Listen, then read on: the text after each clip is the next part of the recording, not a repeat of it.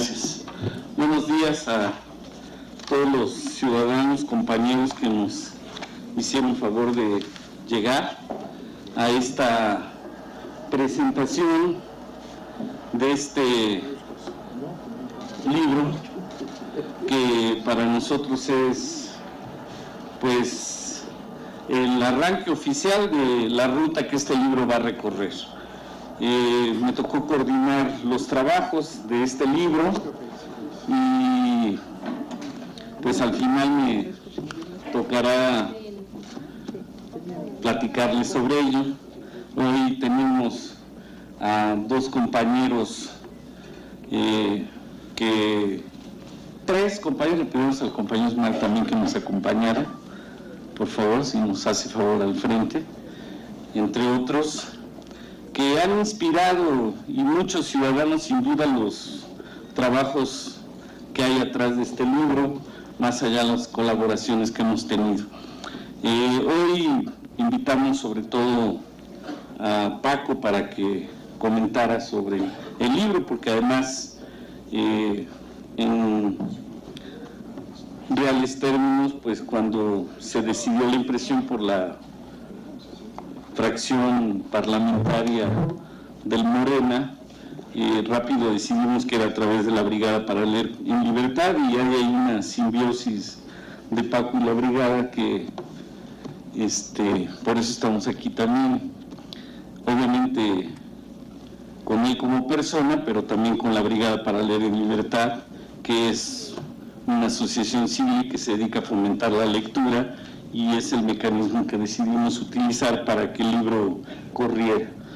Y obviamente nuestro anfitrión, el senador Bartlett, que desde nuestro punto de vista pues es de los pocos, si no el único, que en este Senado mantiene una lucha frontal contra el régimen, y en particular también hemos estado dando la batalla porque estas cosas se sepan, se investiguen, se aclaren y demás. Los otros compañeros que nos acompañan hoy presidium, estoy presentando a todos. González Ismael, que lo sabe, fue inspirador cuando vimos de la propuesta que presentamos en la Cámara de la Comisión, por él un antecedente de comisión que en el momento que fue diputado empujó, de investigar a Construcciones Prácticas, una empresa correlacionada con el expresidente de la República, y pues nos acompaña también Juan Romero, que ha estado cercano a los trabajos que hemos estado haciendo en la Cámara de Diputados. Ellos, como muchos de ustedes, andamos todos los días y más ahorita buscando que las cosas cambien en el país, pero pues hoy decidimos que era el momento de que se conociera este libro públicamente, y pues nada mejor que Paco Ignacio pues nos pudiera hacer la presentación del libro, y ya posteriormente el senador decirnos algunas palabras. Sí. Me da gusto estar en el Senado. La última vez que vine tenía una piedra y estaba aporreando la entrada en este edificio que es de todos y que usufructan de manera estéril solo algunos. Nunca pensé que tan pronto lo vería por dentro. Entre el Senado y yo había un muro azul de granaderos, policías de todas las dependencias, incluido vergonzosamente las del Distrito Federal. No me extrañaba que estuviéramos bloqueados por millares de policías federales, pero me avergonzaba que el gobierno federal colaborara a bloquear la opinión popular frente a la gangsteril, insisto, iniciativa de ley de reforma energética. Estar pues aquí en el Senado desde adentro, en las mejores condiciones, en minorías absolutas, pero opinantes, me da mucho gusto. Durante muchos años yo crecí en una generación en la cual el rum, el ruido de fondo, producía cosas como frases como México no hay dos. Y yo no tenía muy claro cuál era el sentido de esta frase, ¿no? Cuando tienes 15 años, el bombardeo mediático te hace más dependiente de la ausencia de contenido. Y como en México no hay dos. En estos 3 últimos años ya descubrí por qué como en México no hay dos. La clave se las comunico para su placer y gozo es porque si hubiera dos estaríamos en el otro, no en este. ¿Sí? En esta situación patética de ser ciudadanos de un país al cual le cuesta uno tanto trabajo explicar, que resulta productor de un sinnúmero de abusos de poder, de dominios por fuerzas que uno no podría calificar como menos de infernales.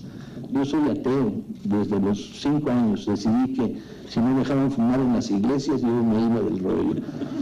En aquella época yo no fumaba, pero preveía que iba a fumar en el futuro, entonces fue una medida de carácter anticipatorio. Pero sí creo en el infierno y en el demonio. Creo en la organización de la maldad, sobre todo cuando uno descubre que detrás de los actos de maldad política no están los obligados tensiones y voluntades de las miserias humanas que todos tenemos y compartimos, sino está una fuerza superior de origen desconocido que no tiene límites. Una vez pasé frente a la cochera, al garage de Jan González y vi alineados 31 Mercedes-Benz. Sí. Me fui rápido porque había como 7 guaruras ahí encargados de que uno no mirara demasiado, no fuera a ser que se les manchara, pues, ¿no? Y al paso del tiempo la pregunta era, ¿para qué quería 31 Mercedes-Benz? Carro que en aquella época estaba prohibida su importación. ¿Para qué los quería? O sea, ¿qué mentalidad de acumulación de dinero-poder puede hacerte querer tener 31 Mercedes, obtenerlos todos ellos de manera ilegal, fraudulenta, con corruptelas, negocios turbios, abusos del poder, robos descarados? Y la respuesta es, esta es la influencia del demonio, hombre, no hay otra explicación. No, ¿para qué los quiere? ¿Para qué quieren esas casas donde nunca van a vivir? ¿Sí? Que son como pistas de patinaje para yuppies de derecha, ¿no?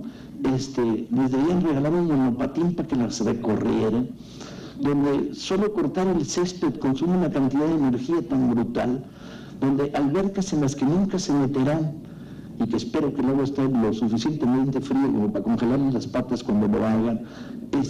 ¿Para qué lo quieren? ¿Para qué este abuso constante de llevar al exceso sin límites? Sin límites. La acumulación de dinero y la construcción de esta doble entidad que es dinero-poder, poder-dinero. El infierno, el demonio, el pinche demonio existe, compañeros. Lamento informarles a los materialistas y a los materialistas dialécticos que son una escala superior de tal reflexión. El demonio existe. Hay fuerzas del mal incrustadas en nuestras sociedades y nuestras vidas, en los espacios del poder, que operan con lógicas demoníacas. En el caso de México, uno se ve constantemente, a raíz de la presentación de mis libros en otras partes del mundo, viajes, conferencias, reuniones de autores y escritores, a responder a la pregunta, ¿y qué está pasando en México? Y yo cada vez que la oigo sudo, ¿no? Hablemos de Mary Poppins, conversemos sobre los triunfos del Barcelona o del Real Madrid, no me hagan eso, pues, ¿no? Porque inevitablemente uno les cuenta qué está pasando en México durante un cuarto de hora. Luego termina y el interlocutor dice, no, pero explícame bien, ¿qué está pasando en México? Porque no entendió nada. O te dice cosas como, bueno, y entonces los sindicatos no solo no apoyaron a los trabajadores, sino apoyaron a los patrones. Y le dice, sí, es el caso de hace 3 días de la CRON respecto a los jornaleros de San Quintín. Y es como es eso, a ver, compadre, te voy a explicar el charrismo, me va a tomar otra media hora más, ¿no? Explicar el charrismo, cómo funciona. O alguien te dice, bueno, pero no hubo una investigación parlamentaria en el caso de los hijos de la presidenta o de la esposa del presidente, los famosos Bibliesca, se me atora la lengua cuando hablo de ellos. No hubo una investigación parlamentaria, y digo, sí, yo conozco, y entonces, no, entonces nada, ¿cómo que nada? ¿No? La combinación maligna es corrupción asociada al extremo poder, impunidad, ilegalidad y ausencia de un sistema de balance y equilibrios en el conjunto de nuestra sociedad. Alguien me decía que crear una panadería en este país y ser exitoso tiene un 20% de posibilidades de éxito.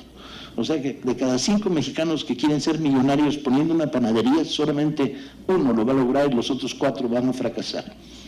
Y en contraposición a esta terrible estadística que demuestra que si alguno de ustedes quiere ser panadero, váyase a la otra chamba, ¿no? Si eres criminal tienes el 99% de posibilidades de éxito.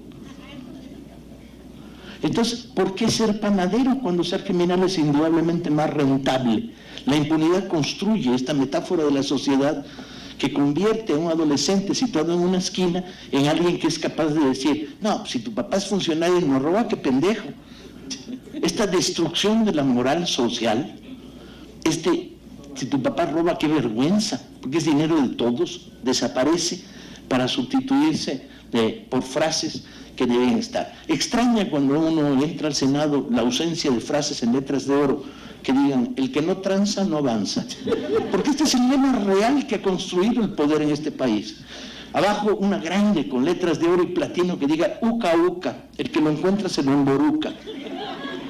Y abajo una de ellas que diga, todos los días son el año de Hidalgo, chingue su madre el que deje algo. Son las normas y las leyes de operación de un sistema basado en el expolio, la corrupción, la descomposición, la moralidad, la desvergüenza, el doble lenguaje, ¿sí? Que no va a durar mucho, tienen sus pinches días contados, que lo sepan, ¿sí? Nada es eterno, ni el tercer Reich de Hitler duró los 1000 años que prometía, nada es eterno. Veremos viajar en televisión nacional sus aviones cuando se sube un país a Boca Ratón en Miami y se les abren las maletas y se les caen a las señoras los cubiertos de plata y se tropiezan con los abrigos de mink. Lo veremos. Los mexicanos veremos el final de esta época de barbarie. En esta construcción de la impunidad, los últimos 2 años han tenido una combinación portentosa. Ha crecido exponencialmente los mecanismos asociados con la descomposición del aparato del Estado, del aparato gubernamental. La llegada de Peña Nieto como una especie de Santa Claus salido de la cueva de Alibaba, ¿no? Ofreciendo a la oligarquía, entren, enriquezcanse, diciéndole a las transnacionales, vengan, este país ha sido decretado como botín, todo suyo, asociado con fenómenos de corrupción que hemos detectado, pero se imaginan ustedes lo que hay. El iceberg, compañeros, por definición, son un 10% de hielo en la superficie del agua y un 90% oculto abajo. Lo que no sabemos, podemos imaginarlo. ¿Cuántas casas blancas existen en este país? ¿Cuántos gobernadores, diputados, líderes charros sindicales tienen su cuota de corrupción cumplida en términos de mansiones suntuosas que valen millones, distraídas a los fondos de la nación? ¿Sí? El iceberg se revela la punta, y esa punta que se revela, caen sobre ella como sopilotes aviones lanzados desde presidencia que se dedican a arrojar cortinas de humo. Y las explicaciones son tan incoherentes que uno frente a la televisión, cosa que uno no debería practicar porque es mala para el desarrollo de las neuronas, pero bueno, no queda de otra, de repente dice, oye, ¿está diciendo lo que oigo? Dice que sí es de él, pero que no es de él, sino que es de su esposa, pero se la dieron y la paga en cuotas, y Televisa le puso un cacho, y el otro, y la empresa. Y entonces, ¿está diciendo lo que está diciendo? ¿Sí? Y me dice, sí, pues creo que sí, dijo lo que dijo, ¿no? Y no renuncian, no se van. Escándalos de estas dimensiones, como el de Ayotzinapa, ¿sí? O lo de la talla, o las Casas Blancas, o cualquiera, produciría en cualquier país semicivilizado, ya no pidamos demasiado, la renuncia inmediata de los involucrados, ¿sí? Me agarraron con las manos en el pastel, alguien cerró el cajón y por eso ando así desde entonces, ¿no? Bien, me voy. No, aquí se quedan. Y además sonríen. ¿Sí? Y es que esa es la construcción terrible. Entre las muchísimas cosas que tenemos que modificar en este país es una estructura de impartición de justicia que deja abolida la impunidad. Y tenemos que ir hacia procuradores electos, nada de nombrados, electos por los ciudadanos, hacia juicios con jurado de ciudadanos detrás de pantalla que no se puede ver. Tenemos que ir hacia formas de impartición de justicia que retiren la combinación maligna que hoy se produce en este país de poder judicial, el poder legislativo y el poder ejecutivo. Todo uno, todo el mismo pastel, toda una mano negra que tiene un teléfono a mano. Pues siguen usando teléfono cuando demuestran las grabaciones, son como, ha de ser que les gusta el gesto de decir, ya te lo dije, y colgar, ¿no? Porque los celulares son chafas, no se cuelga con intensidad dramática, ¿no? No le da el mismo impacto emocional el decir, ya te lo dije, no, el efecto, ¿no? Está ahí. Por eso es importante este libro, porque no habrá olvido y no habrá perdón. Alguna vez discutiendo con Andrés Manuel López Obrador, él decía, no queremos venganza, queremos justicia. Y la frase políticamente es correcta, tiene razón Andrés, hombre, no queremos venganza, queremos justicia. Pero nomás se volteó, yo dije, justicia, pero venganza, no más faltaba, ¿no? Porque la venganza también es un derecho sagrado de los pueblos, ¿sí? El agravio reparado es un derecho sagrado de los pueblos. Anuncio pues desde este humilde lugar y en condiciones de minoría absoluta que repoblaremos las Islas Marías de tiburones, que no mandaremos el Baster ahí porque capaz si se los come, pero que los culpables, los corruptos, los asesinos terminarán sus destinos castigados por el odio furibundo de esta sociedad. Y dejo paso a los compañeros que van a hablar más en detalle de la Casa Blanca. Es bien importante este libro y su circulación y distribución. No olvidamos, lo recordamos, lo sabemos, aquí están las pruebas. Muchas gracias.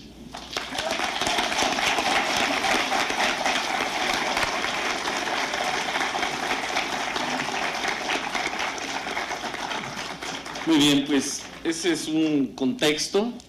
Y realmente pues le pediríamos al senador Manuel Bartlett pues alguna reflexión. Yo decía hace un rato que en el Senado es la voz que se escucha de verdad oponiéndose a todo lo que ha sido esta barbarie legislativa, y sin duda es un hombre con mucha experiencia. Bueno, desde luego esta obra del señor diputado es de enorme importancia. Es un libro que hacía falta en esta penumbra en la que vivimos.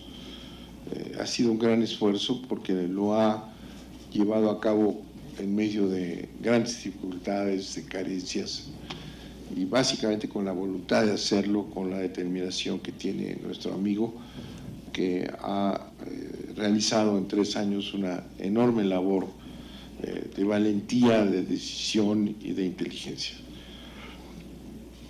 Paco entra al Senado, ya sin la piedra, aquí lo tenemos. Habrá Los que detectores de metal no resistan piedrita. y realmente es muy importante que aquí esté, porque aquí no se habla nada. Y el que esté Paco Ignacio Taibo II, pues es un hito, es importante. La estrategia que tiene el poder, que ha sido descrito tan claramente por Paco Ignacio, la estrategia que tiene el poder es el silencio, silenciar todo, que no se sepa nada, porque saben que sus acciones, su proyecto inicial, desde que se compromete con intereses extranjeros para ser presidente palomeado por Estados Unidos, desde entonces el proyecto es antinacional y absolutamente impopular. Es decir, la desnacionalización del petróleo y la entrega del mismo a los intereses de los Estados Unidos por mandato de los Estados Unidos. La reforma educativa, que no es sino un instrumento para hacerle daño a los sindicatos. La reforma laboral, que es una medida neoliberal para quitarles a los trabajadores derechos sindicales y derechos ya reconocidos años atrás en la Constitución misma y en las leyes. Todas este tipo de reformas, la reforma de telecomunicaciones, una absoluta entrega a los intereses extranjeros para penetrar en todo lo que son las industrias culturales de este país. Todo esto que han impuesto es totalmente contrario a la opinión pública nacional, el sentimiento nacional más profundo. Por eso la estrategia es que no se sepa, que no se analice, y ejercen este poder apoyados, claro, en los instrumentos del poder, policías cada vez más parecidas a los ejércitos, al ejército, a la fuerza bruta en sus manos, los tribunales, la Suprema Corte, la Procuraduría, que es la que supuestamente persigue delitos, y una capa de mentiras y de oscuridad que mantiene los medios de comunicación. Es decir, vivimos en una dictadura mediática. Las televisoras y la inmensa mayoría de los periódicos ocultan, no explican, no analizan, desinforman, porque es una violación constitucional. Y eso protege las acciones estas que van en detrimento de los intereses de la población. Lo mismo ocurre en el Congreso. Sí, es la misma estrategia de silencio. Surgen temas importantes, bueno, y se prohíbe que se hablen, se callan, se utilizan los mecanismos reglamentarios para que no se hable. Y esto se logra mediante una alianza que se dio al inicio de este sexenio, del Pacto contra México, que está tratado en este libro. Esa alianza, que no es nueva, es antigua, no es el talento de Peña Nieto, que no lo tiene, ¿verdad? Es una alianza que se da desde años atrás entre el PRI, derechizado cada vez más, y el PAN, y luego finalmente asociados al PRD. Esa alianza hace que haya una mayoría, que exista una mayoría automática en el Congreso, Cámara de Diputados y Cámara de Senadores, y que los asuntos importantes, trascendentes para los intereses de este gobierno, pues tienen los votos para reformar la Constitución cuantas veces quieran, para imponer decisiones totalmente arbitrarias, sin debate, sin discusión, en el silencio, y con el objetivo de que afuera no se sepa nada. Y no se sabe, sale estrictamente lo que conviene que se divulgue. Así es que el que haya este libro y sea el resultado de una investigación seria, pues es venir a romper ese silencio. Y qué bueno que se haga aquí, que se presente este libro en el reino del silencio que es el Senado de la República. Hace unos días en la comisión permanente, aquí estuvo el diputado, registramos 2 puntos de acuerdo, por ejemplo, para irnos a algo muy cercano, unos días. Uno de los puntos de acuerdo era OHL, punto de acuerdo para discutir el tema, y el otro era el problema de estos trabajadores agrícolas en San Quintín, Baja California. Bueno, registrados absolutamente a tiempo para que fueran listados, no se permitió que se presentara. Simplemente no se presentó, y cuando se reclamó el por qué esos asuntos que eran lo más importante en esos días y lo sigue siendo ahora, por ejemplo, ¿por qué no estaban listados como puntos de acuerdo? Entonces nos responden que es que hubo un acuerdo entre las fuerzas mayoritarias, PAN, PRI, PRD, de que no se vieron. Simplemente no se vieron. Un acuerdo espurio porque un acuerdo que evita que la crítica o la oposición, por pequeña que sea, no se escuche, pues es la negación del objetivo mismo de un parlamento. Pero sí fue hace una semana, el miércoles pasado. Entonces el silencio es la base de la imposición. Los medios de comunicación son los instrumentos, y la cobardía, traición de diputados y senadores que han votado por esas decisiones que no son sino la imposición de intereses extranjeros en nuestro país. Yo felicito este trabajo, lo recibimos aquí en el Senado con un gran interés. Deseamos que se lea, que circule, para que vaya la verdad imponiéndose sobre el silencio y la imposición, la mentira y la manipulación mediática. Menciona Paco Ignacio a Carlos Hank y los Mercedes.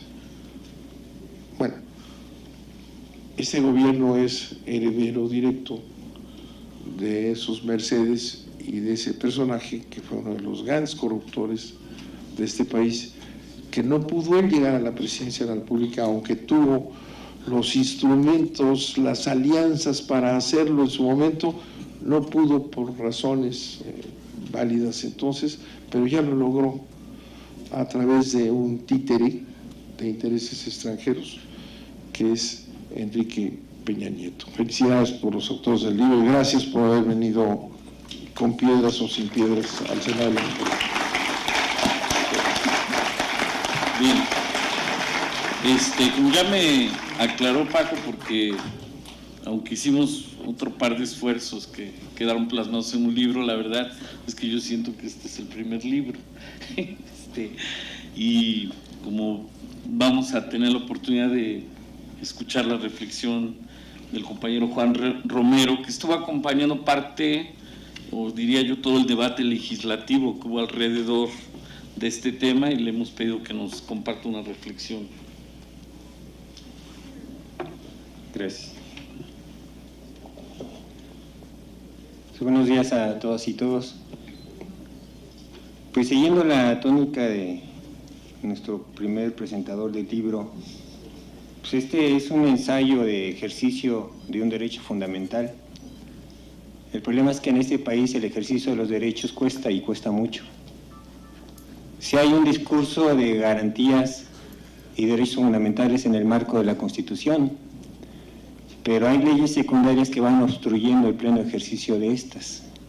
Y quien quiera ejercer ese derecho se enfrenta a un Estado que obstruye, a un Estado que impide la garantía plena de esos derechos.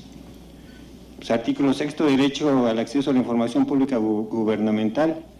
Pues, el contenido total del libro nos da pleno testimonio de que ese derecho no existe, al pretender auscultar contratos señalados como información reservada, pues se encuentra uno que ese derecho constitucional de acceso a la información queda en una demagogia legislativa.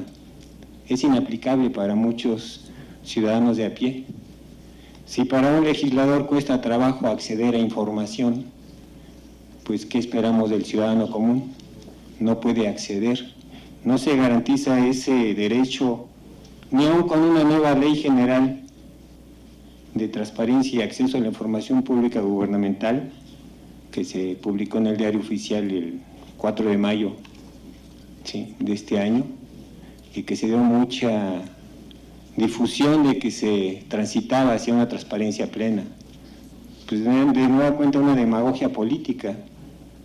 Caso concreto son los contratos multimillonarios que se celebran con particulares. Esta nueva ley establece que hay facultad para los órganos reguladores para reservar o clasificar la información como reservada, que durante un tiempo de 5 años, el cual puede prorrogarse otros 5 años. Y esta información puede clasificarse por decisión propia del órgano regulador o cuando el ciudadano la solicite y el órgano regulador determine que es información que pone en riesgo a la nación, pues deciden reservarla. Y si el ciudadano insiste en esa pretensión, tendrá que iniciar un procedimiento administrativo dentro del INAI, Instituto Nacional de Acceso a la Información, o irse a una vía jurisdiccional a través del juicio de amparo para acceder a esa información. Y tendrá que sujetarse a ese proceso para llegar a la información, que no es nada fácil ni accesible. Es costoso porque implica darle un seguimiento judicial, tanto en la parte administrativa como jurisdiccional, que va a implicar un costo para el ciudadano. Y eso echa a la borda ese pretendido derecho de acceso a la información. El libro contiene un ensayo de ese ejercicio de acceso a la información. Cuesta, es complicado, sí es complicado. Tenemos que cambiar la correlación de fuerzas en los congresos para determinar una nueva ley, determinar mecanismos de accesibilidad para el ciudadano común. Si el ciudadano quiere ejercer cualquier derecho a la vivienda, a la salud, tiene que enfrentarse a una burocracia que obstruye, no a un Estado que garantiza, que también tenemos que modificar esa parte de la política pública, de que el Estado debe garantizar, no debe obstruir. Y los invito a leerlo porque nos dará cuenta del trabajo que exige reclamar un derecho, el trabajo que exige pedir la aplicación concreta de derechos fundamentales que están contenidos en la Constitución, pero que no es nada fácil, ¿sí? Tenemos que cambiar esta política de la corrupción, de la opacidad, por una política de cultura de la legalidad, y para eso hay que trabajar bastante todavía. Hay que prepararse mucho, hay que leer los procedimientos para poder iniciar y sobre todo ser persistente, ser tenaz en esta tarea para acreditar que las instituciones todavía necesitan muchas modificaciones. Al igual que los procesos democráticos, recuerdan que hace años se hablaba de una transición democrática, que México transitaba hacia la democracia. Después de 97-2000 se hablaba de una madurez política de este país. Pues desafortunadamente se corrompe el proceso y hay una regresión, y esa regresión la vemos en la disparidad, en el desequilibrio que hay en las competencias electorales, en los desequilibrios que hay en la impartición de justicia, para unos sí, para otros no, en el desequilibrio que hay en el acceso a la información pública. Hay información pública para los que buscan el negocio. Basta leer las reformas en materia energética.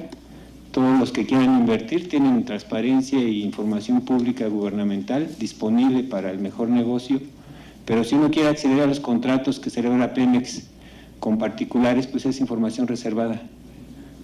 Y es una información reservada por disposición de ley, que ahora la Ley General de Transparencia y Acceso a la Información Pública establece como factor para que el ciudadano no pueda acceder a esa información. Todo contrato que celebre Pemex con particulares, por disposición de ley, es información reservada. Eso nos muestra la opacidad de la administración pública y es algo que tenemos que combatir con una práctica ciudadana de exigir y reclamar y hacer viables nuestros derechos. Los invito a leer el libro, es un buen ensayo de ejercicio de acceso a la información para que vean los vericuetos que hay que cruzar para llegar a esa información que al final no se obtiene toda la información. Todavía queda un tramo que caminar para acceder a esa información y para tener elementos objetivos con el que podamos evaluar el acceso a esta garantía y a este derecho fundamental. Sería todo, muchas gracias. Gracias. Y ya finalmente no podíamos evitar que estando González Ismael aquí con sus antecedentes, pues pudiera hacernos también una reflexión.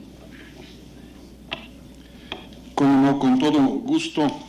Ante todo, felicitar esta iniciativa, esta gran aportación a la conciencia colectiva en una obra que evidentemente es hoy por hoy una recapitulación muy adecuada para que despertemos, para que la ciudadanía valore con rigor constancias, testimonios, el drama, el desastre de nuestro ejercicio del poder.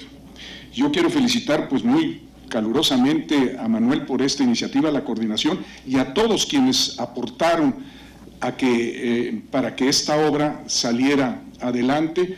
No se diga a quienes en esta mesa están colaborando para difundir lo esencial, lo sustancial de este esfuerzo editorial. Yo diría que la corrupción es una práctica perniciosa, es un vicio del ejercicio del poder. En psicología clínica se ha dicho que el corrupto es un psicópata, que no tiene autocrítica, mucho menos puede hacer un acto de contrición, de arrepentimiento. Algún estudioso de las ciencias del alma diría que es la asociación de un narcisismo exacerbado con un psicópata incurable. No hay, pues, quizás se compendia esto en el término de un narcisicópata, porque no es posible que frente a un pueblo empobrecido, vilipendiado, abandonado, todavía surjan estas grandes desastres de acumulación de riqueza y sin el menor reparo y sin el menor pudor exhibidos, tampoco se encuentra en ellos un acto de arrepentimiento o de consideración para el pueblo. Y solo quisiera también señalar algo como una medida preventiva. Generalmente nos asedian cada sexenio, cada legislatura, que el problema de la impunidad que prevalece en nuestro país y que genera justamente esta enfermedad, este vicio de la narcisicopatía, se debe a que nuestras leyes son insuficientes, a que no llegan a cubrir las necesidades para castigar a los responsables.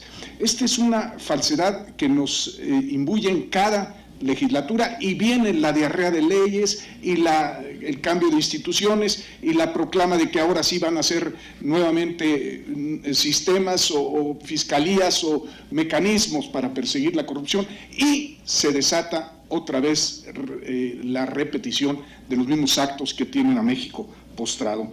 Yo quisiera que no cayéramos ya pues a este círculo vicioso continuo, sino que logremos impulsar ya una conciencia colectiva decidida a romper este vicio y a aplicar las leyes vigentes, que es posible con ellas castigar a los responsables. A mí no me cuentan que no hay leyes suficientes, lo que falta son jueces y también voluntad política y sobre todo fuerza nacional para lograrlo. Hay muchos países que lo están logrando, que están remontando esas horas, esas épocas aciagas de la corrupción generalizada y están castigando a quienes encumbrados incurren en esta práctica. Y lo último que diría yo es cómo también hay una corrupción sofisticada en esta tendencia hacia las privatizaciones de los sectores o de las empresas paraestatales o descentralizadas. Hay un subproducto que beneficia a quienes con la privatización pagan los favores de los apoyos políticos para defraudar, para burlar la voluntad popular y encaramarse en el poder. Y es que con la privatización también se ocultan y se esconden, se sepultan las pruebas para castigar a quienes hicieron fraudes, peculados y otros delitos en la época en que la empresa fue paraestatal, y la dejan ahora totalmente fuera de la poca fiscalización que antes se hacía por las cámaras legislativas. Es el caso, por ejemplo, de Pemex, que hoy ya definitivamente ningún órgano legislativo tiene que ver con su supervisión. La Auditoría Superior de la Federación, que apenas auditaba el 5% del ejercicio del gasto público, tampoco tiene ya incumbencia en la fiscalización, en la audición de las cuentas, y todo este desastre pues se acumula a lo que ya estamos viviendo como tragedia nacional. Pero ya en lo más oscuro del túnel se visualiza el cambio. Aquí hay 4, 5 promotores, 5 mexicanos como ustedes, que seremos unos 60, 80 que estemos aquí, decididos a que esto no debe prolongarse, a que tiene que tener un fin, porque las siguientes generaciones no pueden heredar este desastre, porque los únicos responsables seremos nosotros. Muchas gracias.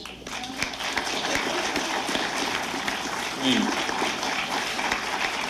Pues finalmente, miren, ya aquí casi se dijo todo, pero yo solamente quería precisar algunos méritos de este esfuerzo colectivo que es el libro, como aquí se ha dicho. Muchos periodistas independientes, ciudadanos, que nos han inspirado a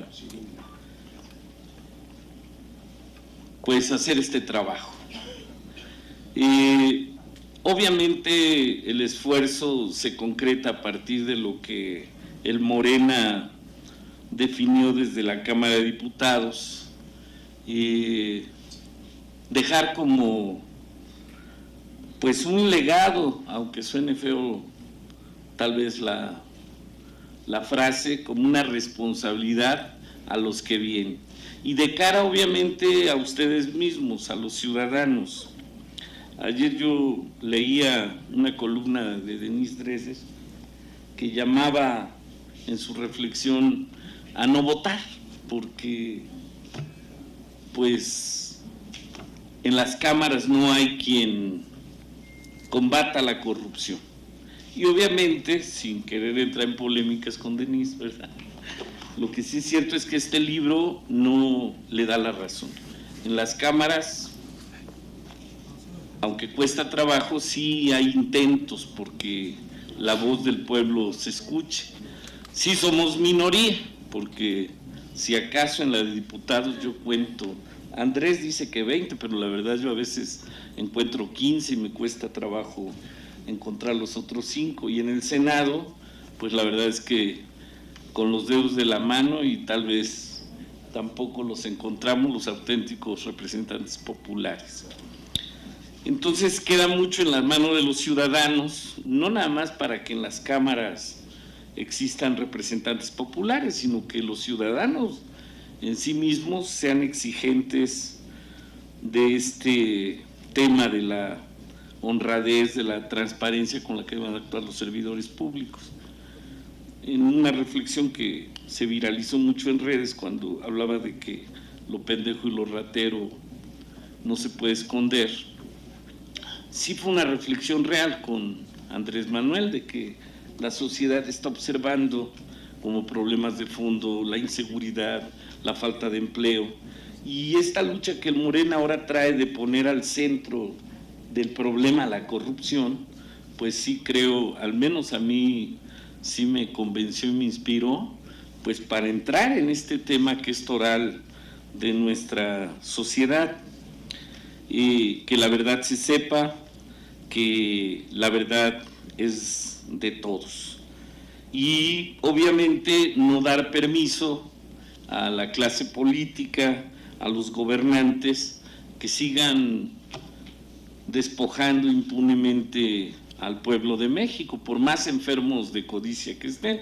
Si están enfermos, yo sí creo que no tanto pensaría en lo de los tiburones, pero sí, pues que regresen lo que no es de ellos. Yo creo que ese sería un castigo ejemplar, que Salinas, que Peña Nieto, y que todos ellos le regresaran al erario público los recursos.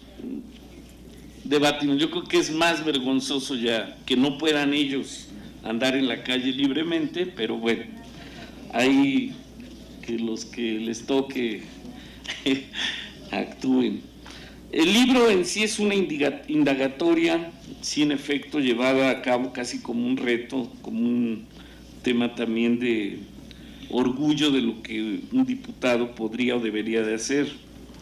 Y con muchas dificultades obtener la información, como que aquí se ha dicho, por parte de todo lo que fueron los negocios de Peña Nieto con Hinojosa. O sea, todavía es un pedacito de todo lo que, del iceberg, o sea, esa reflexión yo todavía creo que me queda tiempo para digerirla, pero lo que nosotros encontramos es que cuando se reduce el universo de análisis, primero a lo que nos permite la Constitución en el 93, que es nada más investigar organismos descentralizados y empresas de participación estatal mayoritaria. Es decir, aquí no están los negocios que hoy están saliendo de OHL, porque pues no puede ser, porque es un gobierno estatal. Aquí no están los negocios de las secretarías de Estado. Se redujo mucho.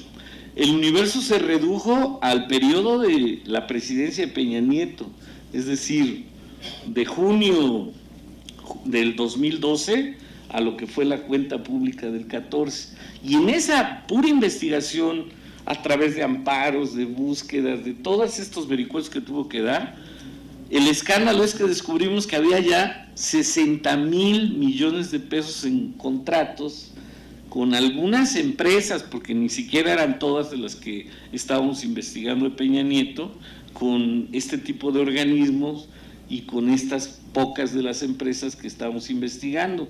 Pensamos que era alrededor del 50% de los datos que teníamos de empresas que tenía Peña Nieto, es decir, que podríamos ir en ese periodo de 2 años del gobierno de Peña Nieto a pensar que cuando menos eran 120,000 millones de pesos en contratos en esos 2 años.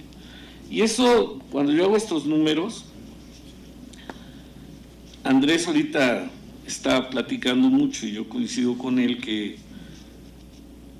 o como dicen en Veracruz, el problema no es que no haya dinero, presupuesto hay mucho, lo que pasa es que sobran ladrones, o sea, se lleva la lana. El presupuesto del país son 4.7 billones de pesos anuales. Austeramente, así, que se robaran el 10%, que yo creo que se roban mucho más, pues estás hablando de $500 millón de pesos anuales, que eso nadie se lo roba, ni juntos el Chapo con todos los narcos se llevan ese dinero.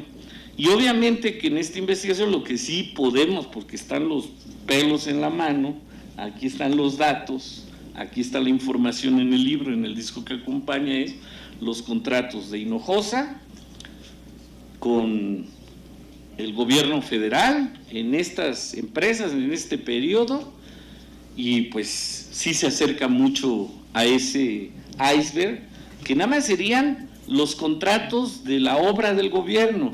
No estamos hablando ni de la ronda 1, ni de la ronda 2, ni de las concesiones, ni de los recursos que las concesiones dan. O sea, son miles de millones de pesos que se van, como dicen, por el caño de la corrupción, y que se dejan de aplicar, obviamente en beneficio de la sociedad, y ya todo lo que Paco y los demás aquí han dicho de lo que es este problema de carácter nacional.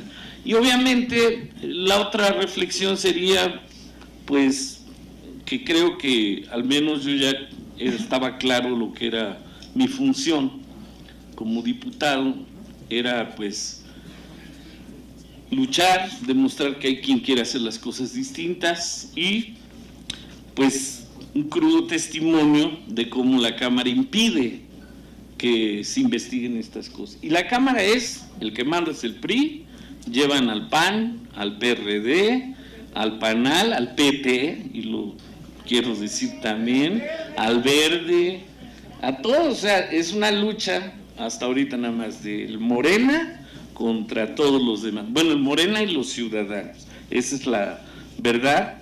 Es pues por lo tanto una narración viva de un veto que quisieron impedir, pero la verdad es que sí somos persistentes, no solo nosotros. Yo aquí aprovecho para agradecerle a Jimena Peredo, Mauricio Merino, Irma Heréndira Sandoval, Ernesto Canales, Sergio Aguayo, Ernesto Villanueva, Roberto González Amador, obviamente al equipo de investigación de Aristegui misma, a la revista Proceso, a todos los que han estado contribuyendo con sus trabajos e investigaciones, que además también aquí entre nos autorizaron publicar los artículos, los periodistas, y muchos otros compañeros que colaboraron con el trabajo. Ahorita les vamos a ir quién pompó este trabajo, porque también eso es importante decirlo.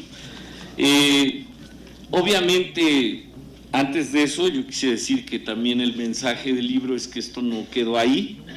Como yo he dicho muchas veces, pues todavía la historia no acaba, la historia tendrá que continuar. Es una estrategia no solo de dejar la historia escrita, sino que existe el compromiso de los próximos legisladores a continuar. O sea, yo les quiero decir que esta comisión que hasta ahorita no hemos logrado, que ni se va a lograr ya en la 62 legislatura, pues la tenemos en juicio. Estamos en el Tribunal Colegiado de Circuito alegando a que la comisión se tiene que hacer.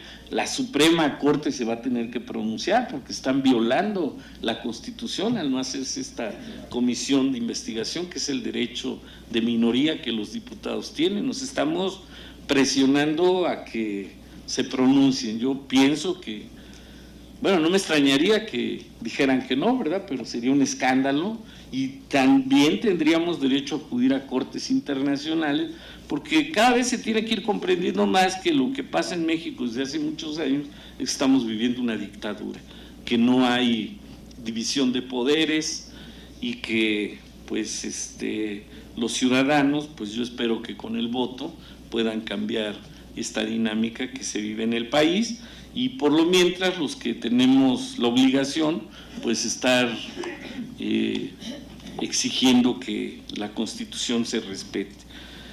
Obviamente la próxima legislatura, desde el Senado, y Bartlett lo sabe, los diputados que lleguen, sobre todo creo que los del Morena, porque los demás no tenemos muchas esperanzas, pues van a tener que continuar con esto, y obviamente los demás, y yo me incluyo, pues desde los ciudadanos todos, pues exigiendo que las cosas en el país cambien de verdad.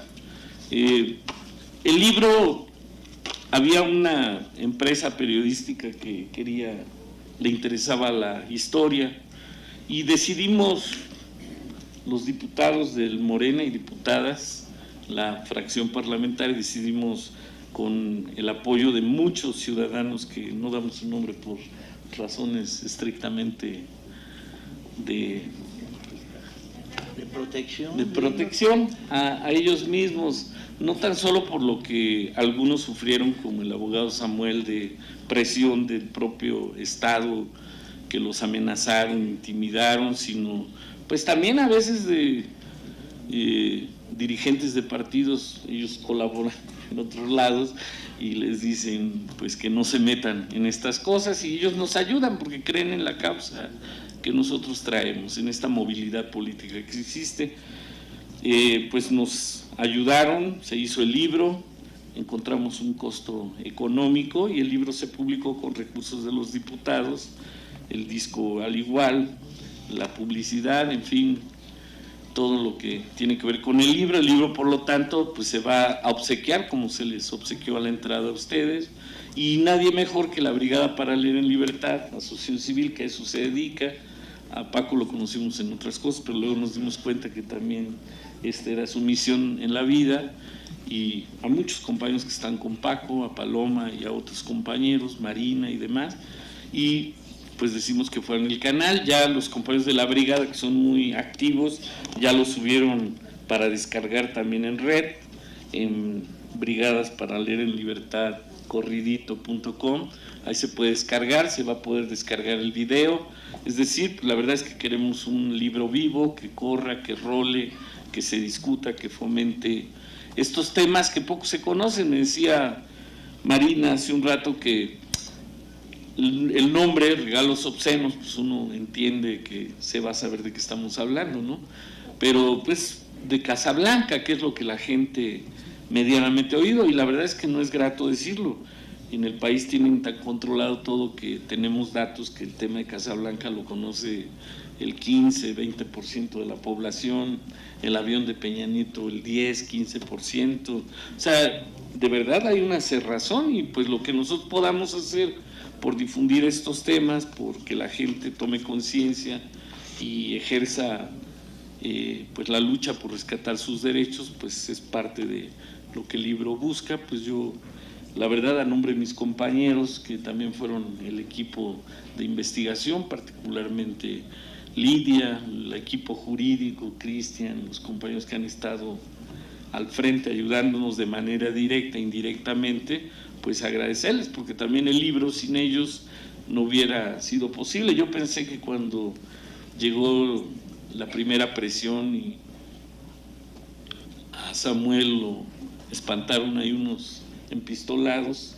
todos iban a salir corriendo, pero se mantuvo el equipo y logramos llegar a este momento, porque lo que nos propusimos, sabíamos que iba a ser difícil crear la comisión, pero de que íbamos a dejar la historia escrita, pues aquí está.